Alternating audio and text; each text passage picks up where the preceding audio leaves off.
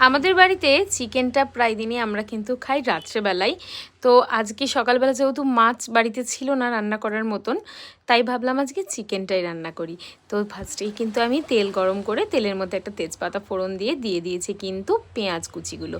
পেঁয়াজটা একটু ভাজা যেই হয়ে গেছে তখন দিয়ে দিলাম কিন্তু টমেটো কুচি, আর দিলাম আদা রসুন কাঁচা লঙ্কা সব কিছুর পেস্ট। তারপরে কিন্তু নুন হলুদ লঙ্কা জিরে সব কিছু দিয়ে ভালোভাবে কষিয়ে নিলাম। আর মাংসটাকে আমি অনেকক্ষণ আগে সকালে উঠেই ম্যারিনেট করে রেখে দিয়েছিলাম সব কিছু মশলা দিয়ে। মাংসটাও কিন্তু দিয়ে দিলাম, তারপর ঢেকে ঢেকে কিছুক্ষণ রান্না করলাম।